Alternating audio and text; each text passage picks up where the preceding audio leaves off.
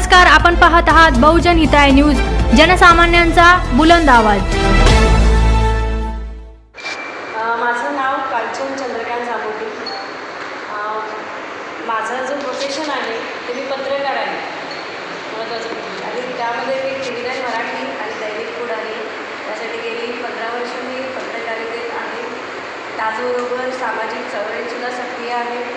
त्याचबरोबर एक छोटा उद्योगसुद्धा माझा स्वतःचा आहे।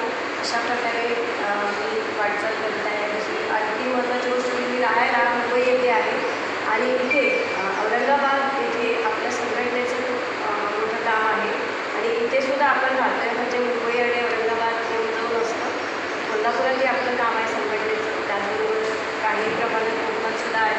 अशा प्रकारे एक संघटनेचा समूह आहे आमचा, जे सामाजिक चळवळीत काम करत आहे। संघटना कोणती आपली? सकल ओबीसी समाज संघटना आहे आणि राष्ट्रक्रांती संघ। आपलं आता औरंगाबादमध्ये छत्रपती संभाजीनगर एकूण 160 मधून आपली विजन काय आहे निवडणूक लढवण्याचं प्रथम उद्दिष्ट म्हणजे महिलांचं जे आपण म्हणतोय 35% महिला आरक्षण आहे, मुळात आपल्याला 35% आरक्षण दिसते का कुठे? मला तरी दिसत नाही। म्हणून मी हा म्हणजे सुरुवात केलेली आहे माझ्यापासून। आणि जे पक्ष बोलत आहेत ते कुठल्याही पक्षाचं नाव ते घेणार नाही। जे पक्ष बोलत आहेत की आम्ही महिलांना आरक्षण देतो, त्यांनी स्वतः बघावं या आजच्या विधानसभेच्या निवडणुकीमध्ये की किती टक्के महिलांना त्यांनी उमेदवारी दिलेली आहे पक्षाकडून।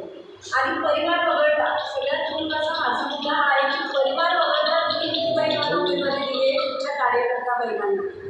म्हणूनच मी हा उमेदवारी अर्ज या ठिकाणी दिलेला आहे। महिला उमेदवार म्हणून कोणी प्रोत्साहित केलं तुम्हाला? काही पक्षाकडून उमेदवारी मागितली होती का आपण? नाही, कोणत्याही पक्षाकडून उमेदवारी मागितलेली नाही आहे। प्रोत्साहित करण्यापेक्षा मी स्वयं प्रोत्साहित आहे। स्वतः पत्रकारासाठी भरपूर जाण आहे, आपल्या सामाजिक बांधिलकी असते आपली, आणि आपण पत्रकार म्हणून काम करत असताना बऱ्याच गोष्टी आपल्या समोर असतात। महिला सुरक्षेचा विषय सगळ्यात महत्त्वाचा आहे, आणि ज्या बाबत इथे या मतदारसंघातून आहे किंवा औरंगाबादचं शहर म्हणायला गेलं तर इथे पाणी प्रश्न फार गंभीर आहे। आज आम्ही जेव्हा घरी पोहोचत आहोत तेव्हा मुलांचा एकच प्रश्न आहे की आम्हाला इथे पाणी मिळते 8 दिवसाला, 9 दिवसाला, 10 दिवसाला एकदा पाणी येते। तर हा पाणी प्रश्न इथे गंभीर आहे। योजना अनेक आणलेल्या सरकारने समांतरसारखी, पण त्याची अंमलबजावणी अजून ती झालेली नाही। आपण ऐतिहासिक शहर आहे आणि स्मार्ट सिटी म्हणून घोषित करण्यात आलेलं आहे, तर स्मार्ट सिटीचं असं मुद्दा असतं का, हा मला आपल्याला मोठा प्रश्न विचारायचा आहे। लढा कोणाबरोबर मग आपली? लढा तर सर आपल्याला माहिती सर्व दिग्गज आहेत, ते त्यांना माझ्या शुभेच्छा असतील। ते माझे बंधूच आहेत, त्यांची मी एक बहीण आहे या ठिकाणी उमेदवारी आहे। लाडकी बहीण योजनेबद्दल काय वाटतं आपल्याला? लाडकी बहीण योजना ठीक आहे सर, पण प्रत्यक्षात मला असं वाटतंय की मी एक महिला आहे की पैशापेक्षा महिला सक्षमीकरण आणि महिलांच्या हाताला काम, रोजगार आणि त्यांना विविध म्हणजे आपण प्रशिक्षण देणं गरजेचं आहे, जेणेकरून एक महिला म्हणजे एका कुटुंबाच्या पाठीचा कणा असतो। आणि जर महिला सक्षम झाली, सुरक्षित झाली आणि तिच्या हाताला काम मिळालं तर ते कुटुंब पूर्ण व्यवस्थित होतं आणि आपल्या राज्याच्या याच्यामध्ये एक चांगलं भविष्य। निवडून आल्यावर तुम्हाला आघाडीमध्ये जायचं इच्छा होईल का महायुतीमध्ये? सर असं आता काही सांगता येणार नाही, कारण मी अपक्ष उमेदवारी अर्ज भरलेला आहे। महायुती असो किंवा आघाडी असो, जर आपले प्रश्न सुटणार असतील तर त्यांच्याकडे जाऊन आपण काय करणार? प्रश्न जे सोडवतील बघूया पुढे। महिला सुरक्षेबद्दल काय वाटतं आपल्याला? राज्याची परिस्थिती काय आहे? महिला सुरक्षा आता बऱ्याच घटना आपल्या समोर आहे महाराष्ट्रातल्या, तर यामध्ये महिला सुरक्षा आहे का? आपण सर्वजण याचं उत्तर नाहीच असणार आहे की ज्या प्रमाणात महिला सुरक्षित असायला हव्या, तर तसं महिला सुरक्षा तर अजिबात दिसत नाही। महिला सुरक्षेवरती आपलं काम असणार आहे। आणि या विभागात म्हणते की ज्या मतदारसंघात मी उभी आहे तिथे मी तुम्हाला पुन्हा पुन्हा एकच सांगेल की पाणी प्रश्न गंभीर आहे, तो करायचा आहे, कचऱ्याचा प्रश्न देखील गंभीर आहे, महिला सुरक्षेचा प्रश्न देखील गंभीर आहे। त्याचबरोबर वाढती अशी परिस्थिती शहरात झालेली आहे। मॅडम, तो पत्रकार आहे, पत्रकारासाठी भविष्यात काय योजना आहे? इथं 99% पत्रकार पॅकेज याच्यावर डिपेंड आहे। आणि त्यांना घरं नाही 99% लोकांना. तुम्ही काय करणार?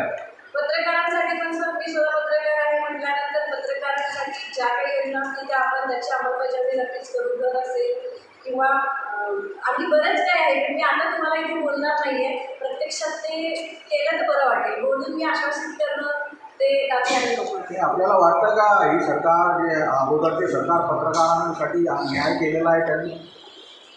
अगोदरच्या सरकारने आणि सध्याच्या सरकारने न्याय केलेला आहे का पत्रकारांसोबत? पूर्णपणे नाही सर, समाधानी नाही आहे. पत्रकार म्हणून समाधानी नाही. चलो ओके. थोडंसं तुमच्याकडे पुन्हा एकदा आकर्षित करू इच्छिते की तो म्हणजे सुलभ शौचालय.